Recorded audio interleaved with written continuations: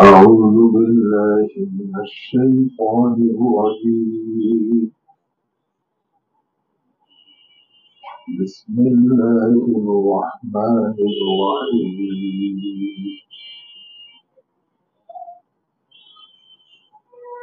الزاني لا ينكح إلا زانية أو مشركة، والزانية لا ينكحها إلا زان أو مشرك، وحرم ذلك على المؤمنين. والذين يرمون المحصنات ثم لم يأتوا بأربعة شهداء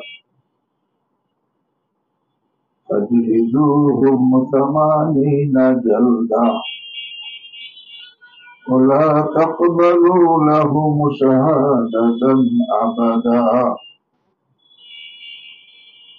وأولئك هم الفاسقون.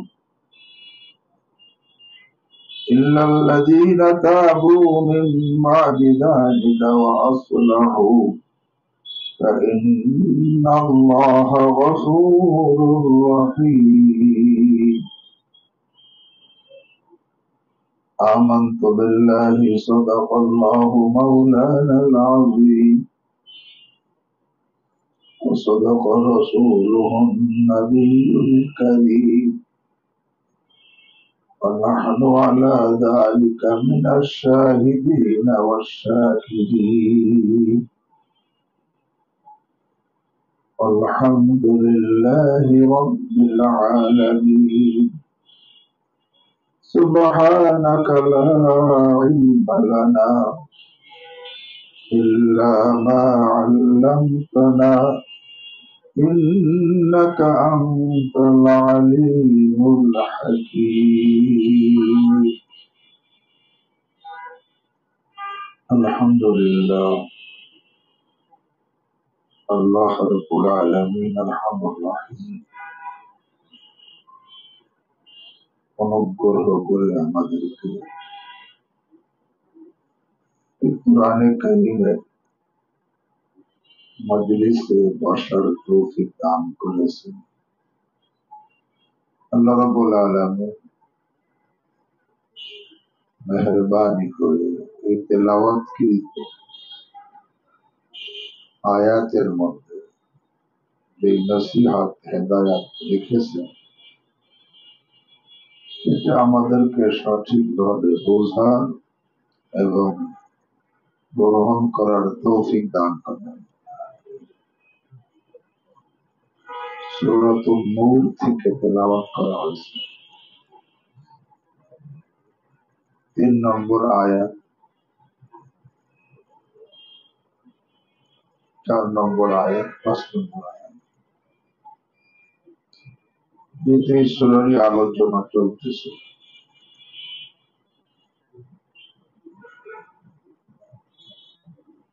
শুরুতে আলোচনা হয়েছে এই সূরাকে সূরাতুন নূর বলা হয় কেন।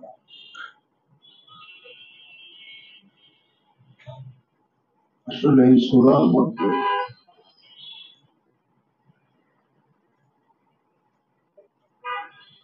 পবিত্রতা ঠিক রাখা,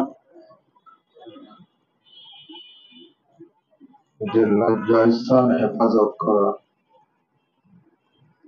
চোখের হেফাজত করা আল্লাহ আদেশ করেছে। কোন ব্যক্তি যখন তার পবিত্রতা ঠিক রাখে, লজ্জাস্থানকে হেফাজত করে, চোখের হেফাজত করে, এর কারণে তার দিলের মধ্যে নূর পয়দা হয়, তার দিল নুরানি হয়ে যায়।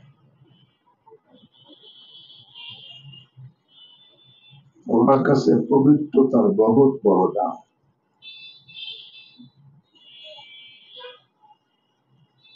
পবিত্রতার মূল্য অনেক বেশি।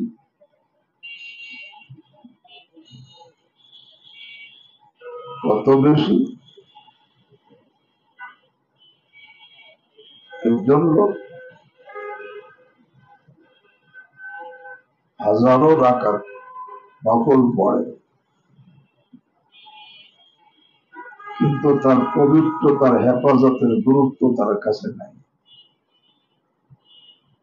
আর একজন হয়তো নফল পড়ার সুযোগ পায় না, কিন্তু তার পবিত্রতা সে 100 ভাগ হেফাজত করে।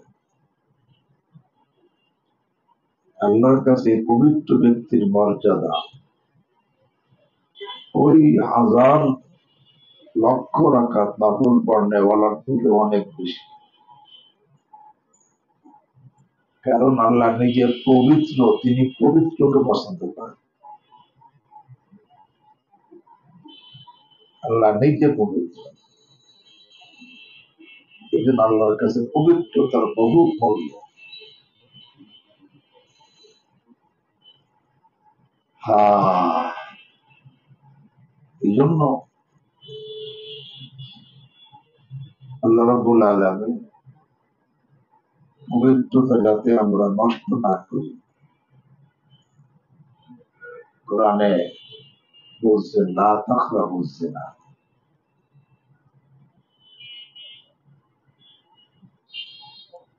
জিনার নিকটে যাবে না।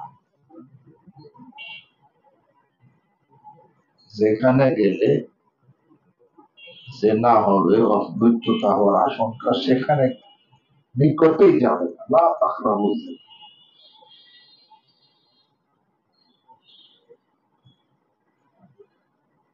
আল্লাহ লা তাফআলু বলেন নাই, করবে না বলেন নাই, নিকটে যাবে না। কারণ কেউ নিকটে গেলে সে নিজেকে চেক দিতে কি পারবে।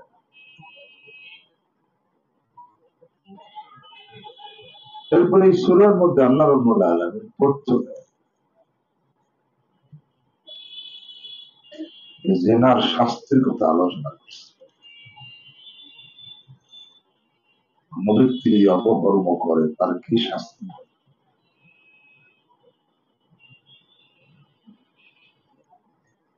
দ্বিতীয় এই আয়াতের মধ্যে এই অপকর্ম, অবৈধ কাজ কত গর্হিত, কত খারাপ, এর কাবাহাত, এর খারাপই আল্লাহ বলেন।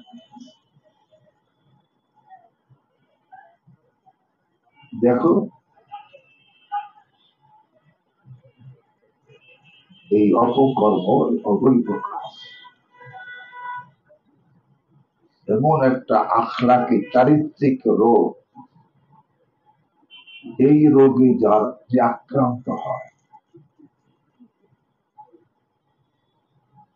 তার স্বভাবই পরিবর্তন হয়ে যায়। কেমন পরিবর্তন হয়?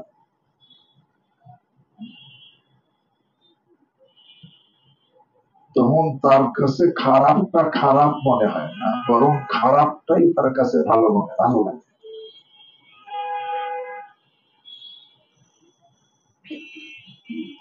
এই যে স্বভাব পরিবর্তন হয়েছে একেবারে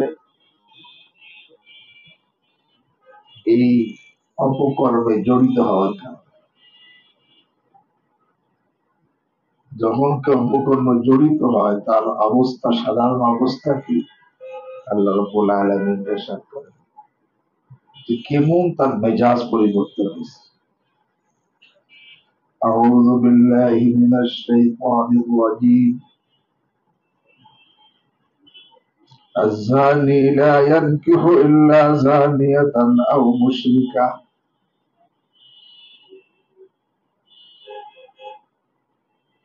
যে নাকি জেনাকার, অপকর্ম করে, অবৈধ কাজ, তার মেজাজ কেমন নষ্ট হয়েছে। কেন? সে এখন জেনাকার মেয়েকেই পছন্দ করে, জেনাকার মেয়েকেই সে বিবাহ করে।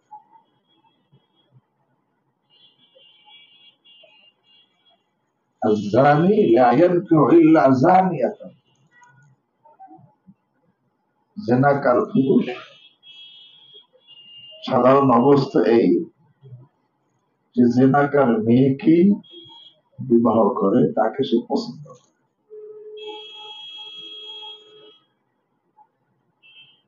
কারণ মেজাজ তার খারাপ হয়ে গেছে, এমন নষ্ট হয়েছে, পবিত্র মেয়ে তার কাছে ভালো লাগে না, অপবিত্র মেয়ে ভালো লাগে। আর জানি লায়ানকে হইলা জানিয়া,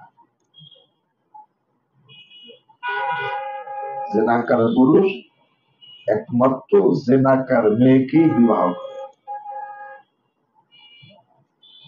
যে সাধারণ অবস্থায়।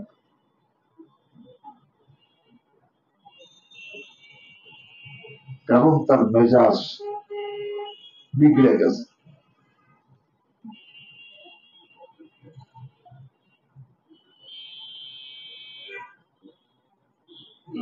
নিজের পবিত্র থাকা তার আসলে মাকসাদ না, সন্তান নেককার হওয়া তার আসল মাকসাদ না, তার আসল মাকসাদ জেনা করা। এই জন্য সে জেনাকার মেয়েকেই পছন্দ করে, তাকেই বিবাহ করে। কেমন মেজাজ পরিবর্তন হয়ে গেছে, স্বভাব বিগড়ে গেছে। আযযানি লা ইয়ানকিহু ইল্লা যান।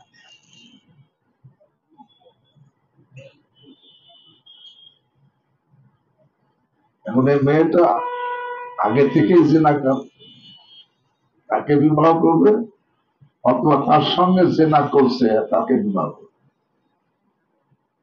এর সঙ্গে তো বিবাহ করবে, জেনা করছে তো সে জেনাকার হয়ে যাবে। আযযানি লা ইয়ানকিহু ইল্লা যান,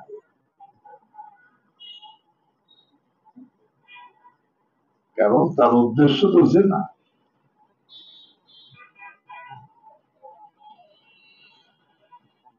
পবিত্র মেয়েকে বিবাহ করলে তো তার জেনায় বাধা হবে,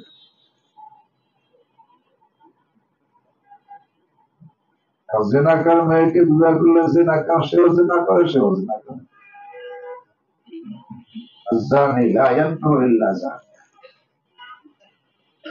এই মেজাজ এরকম, স্বভাব এরকম বিগড়েছে কেন? জেনায় লিপ্ত হওয়া। আহা, আযযানি লা ইয়ানকিহু ইল্লা যান।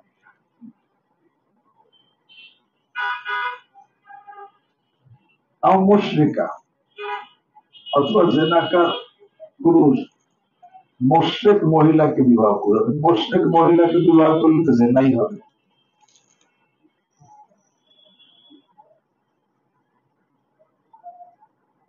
আসল মাকসাদ তার জেনা, বিবাহ সে করে ঠিক।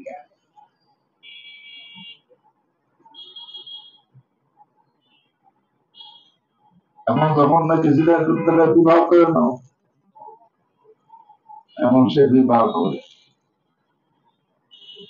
কিন্তু তার কাছে বিবাহটা পছন্দনীয় না। বিবাহ করলে ঝামেলা, মোহর দাও, তাকে খোরাক দাও, তাকে পোশাক দাও, তার থাকার ঘর দাও, হ্যাঁ, এত ঝামেলা তার কাছে মুসিবতময় হয়। কিন্তু যখন নাকি মেয়ে যে কোনো কারণ শর্ত লাগায় যে তোমার বিয়ে করে নাও, তো আসলে তো সে বিয়ে ছাড়া যে জেনায় রাজি থাকতো, সে জেনা এমনি করতো। বিবাহ তার মাকসাদ না, নিজের পবিত্র থাকা। বিবাহ করলে যে নিজের পবিত্রতা ঠিক থাকে, সন্তান নেককার হয়, বংশ ঠিক থাকে, সন্তান সাবিত নসব, তার সে অবৈধ সন্তান হয় না, সন্তান মিরাজ পায়, যে না করলে এগুলো হয় না, একটু সে বাহারও।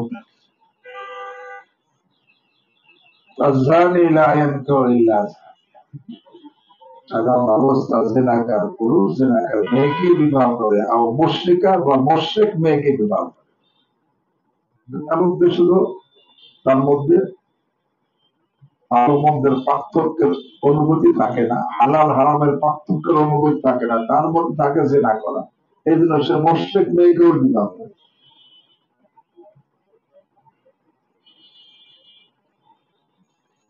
আর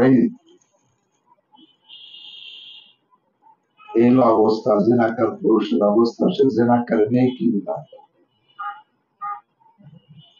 সাধারণ অবস্থায়। الزانية لا ينكحها إلا زاني أو مشرك। জেনাকার মহিলাকেও শুধুমাত্র জেনাকার পুরুষটাই বিবাহ করে বা মুশরিক পুরুষ বিবাহ করে।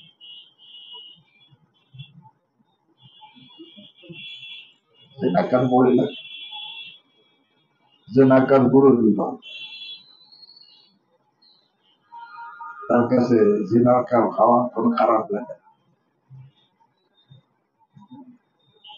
অর্থাৎ মুশরিকরা তার সাথে বিবাহ করে, কারণ তার জেনাকার মেয়ের তো জেনাকার উদ্দেশ্য, সে হালাল হারাম দেখে না, বিবাহ হবে কি হবে না সে দেখে না, তার জেনা। এই জন্য সে জেনাকার মহিলাকে জেনাকার পুরুষ মুশরিক পুরুষ সে বিবাহ।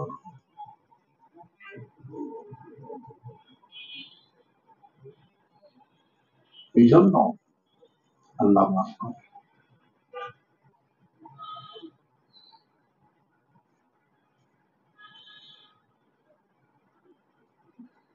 নিজে যে পবিত্র হয় সাধারণত সে পবিত্র মেয়েকে বিবাহ করে।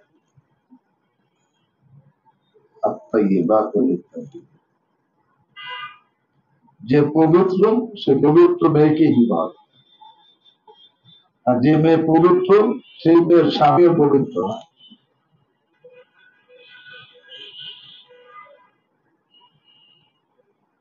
আর যে অপবিত্র হয় তার স্ত্রী অপবিত্র।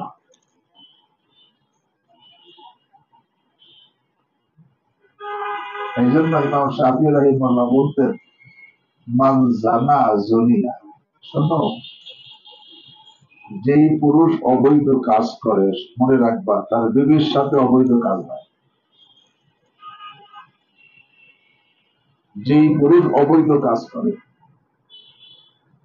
তার বিবির সাথে অবৈধ কাজ করা হয়। আল্লাহ আমাদেরকে হেফাজত করেন।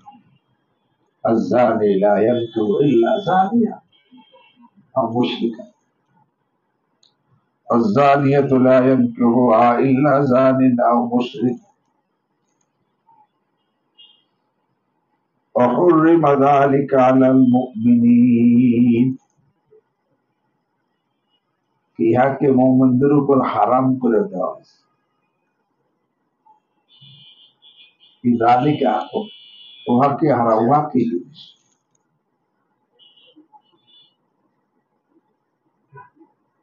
যালিকা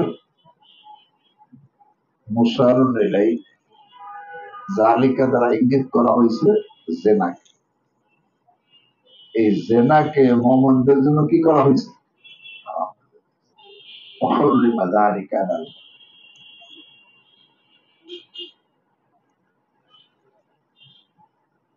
এতে কোনো ইশকাল নাই। অথবা যালিকা দ্বারা বুঝন ইঙ্গিত করা হয়েছে এই জেনাকার মেয়েকে বা মুশরিক মেয়েকে, মুশরিকা মেয়েকে বিবাহ করা, এই বিবাহটাকে হারাম করে দেওয়া হয়েছে।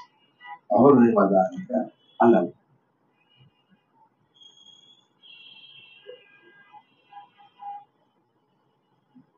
জেনাকার মেয়েকে বিবাহ করা হারাম করে দেওয়া হয়েছে, এর অর্থ আসলে জেনাকি জেনে শুনে জেনাকার মেয়েকে বিবাহ করে, এর অর্থ দাঁড়ায় সে জেনার প্রতি রাজি, খুশি।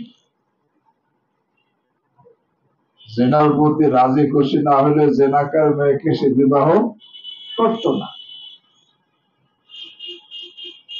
এই জেনাকার মেয়েকে বিবাহ করা মানে এই অপকর্মে রাজি হওয়া, আর অপকর্মে রাজি হওয়া তো হারাম। যে জেনে শুনে এরকম ভাবে অপকর্মকারী কারিনী মেয়েকে বিবাহ করে, বোঝা গেল সেই অপকর্মে রাজি, অবৈধ কাজে রাজি। আর অবৈধ কাজে রাজি হওয়া তো হারাম।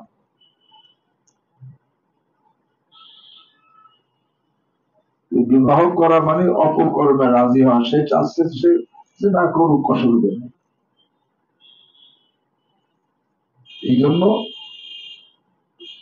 জেনাকার মহিলাকে বিবাহ করা হারাম, মানে সে জেনাকার মহিলা তো বিবাহ করছে, জেনাকার মহিলাকে বিবাহ করছে এই জন্য যে সে জেনায় রাজি, অপকর্মে রাজি, অবৈধ কাজে রাজি।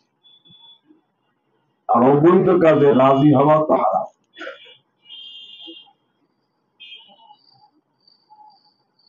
বাকি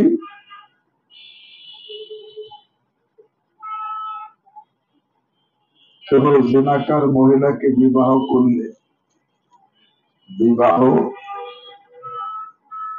দুরুস্ত হবে কিনা, শুদ্ধ হবে, ইমাম আহমদ হাম্বল রাহিমাহুল্লাহ বলেন যে না, বিবাহ শুদ্ধ হবে।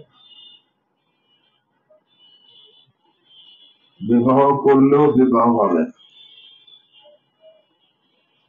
হ্যাঁ, যদি তওবা করে নেয়, তওবার পরে বিবাহ শুদ্ধ হবে। তওবা না করলে তাদের বিবাহ সহি হবে না। কে বলেন? ইমাম আহমদ হাম্বল রাহিমাহুল্লাহ।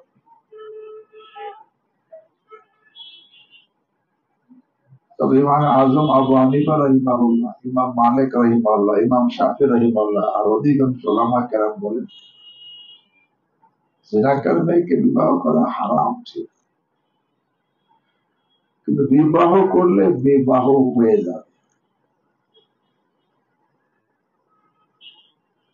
বিবাহ করলে বিবাহ হয়ে যাবে।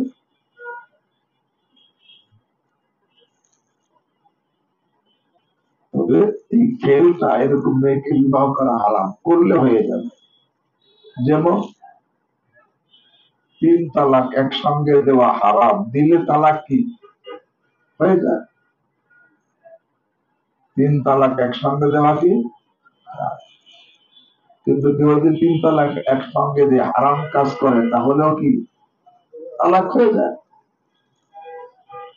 ইমাম আজম আবু হানিফা রাহিমাহুল্লাহ, ইমাম মালিক রাহিমাহুল্লাহ, ইমাম শাফি রাহিমাহুল্লাহ বলেন যদি কেউ এরকম জেনাকার মেয়েকে বিবাহ করে, বিবাহ করা তো হারাম, কিন্তু করলে বিবাহ হয়ে যাবে। বিবাহ হয়ে যাবে মানে এখন তাকে মহর দিতে হবে,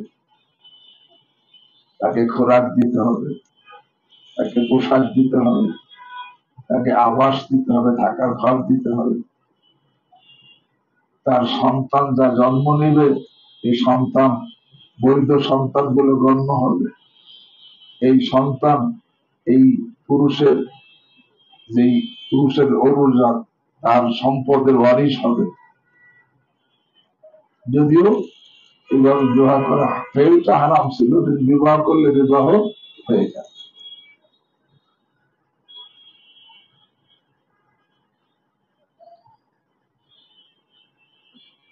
কেন? বিবাহ করলে বিবাহ হয়ে যাবে, এই জন্য বিবাহের শর্ত তো বলা গেছে। শর্ত উল্লেখ হয়েছে, তাই বিবাহ হয়ে যাবে। এমনি ভাবে যদি কোনো জেনাকার পুরুষ কোনো মুশরিক মহিলাকে বিবাহ করে,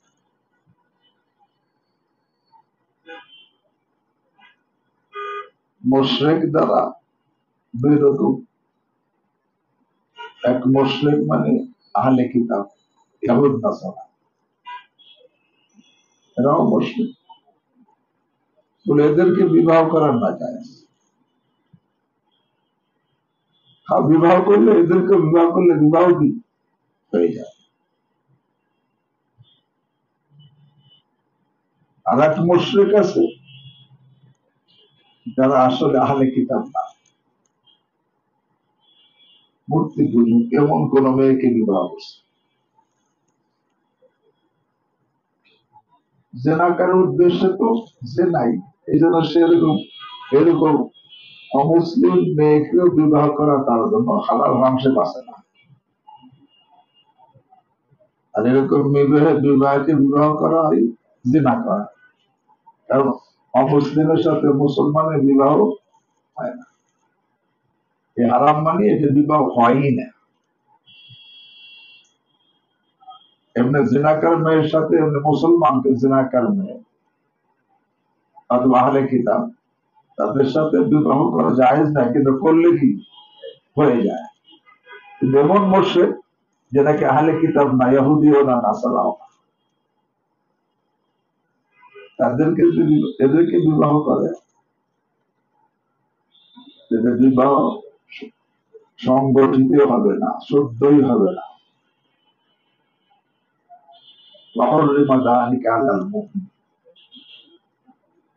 মোমেন বুঝে নিতে হয়। এমনি তো পবিত্র পবিত্রকে বিবাহ করবে,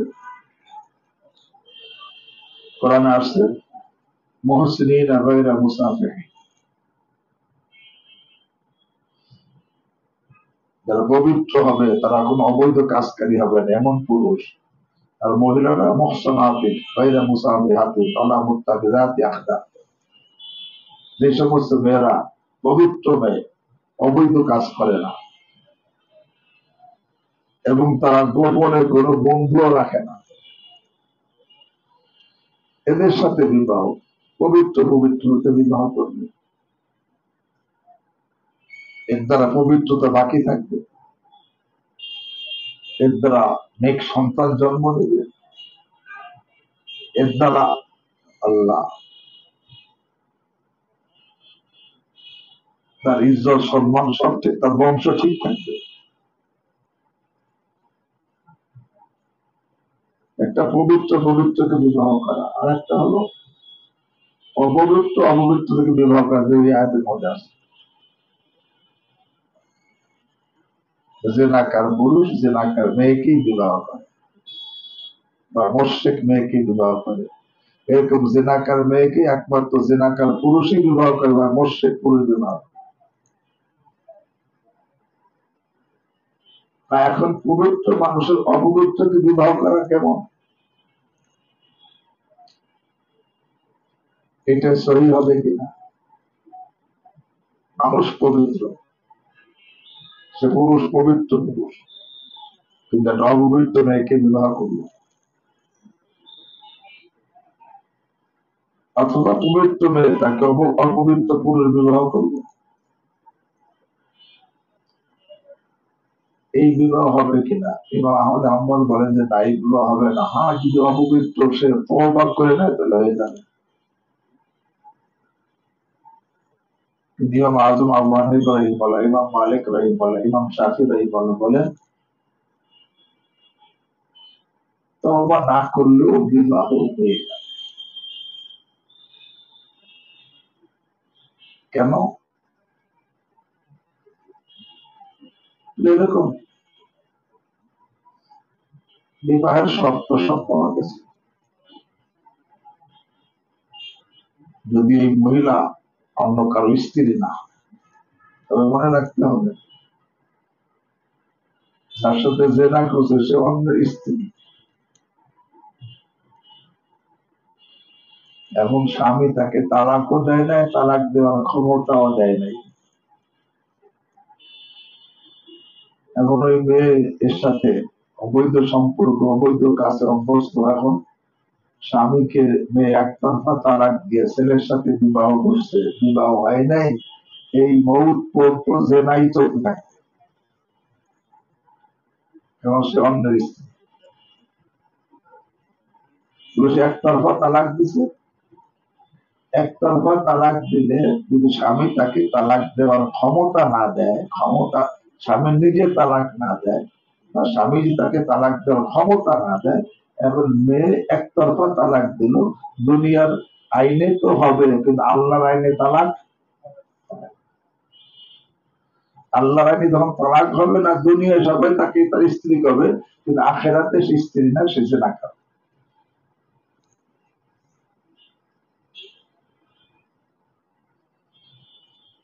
জেনার কাজ যার সাথে করছে, যদি সে স্বামী ওলা হয়, তাহলে স্বামী তালাক না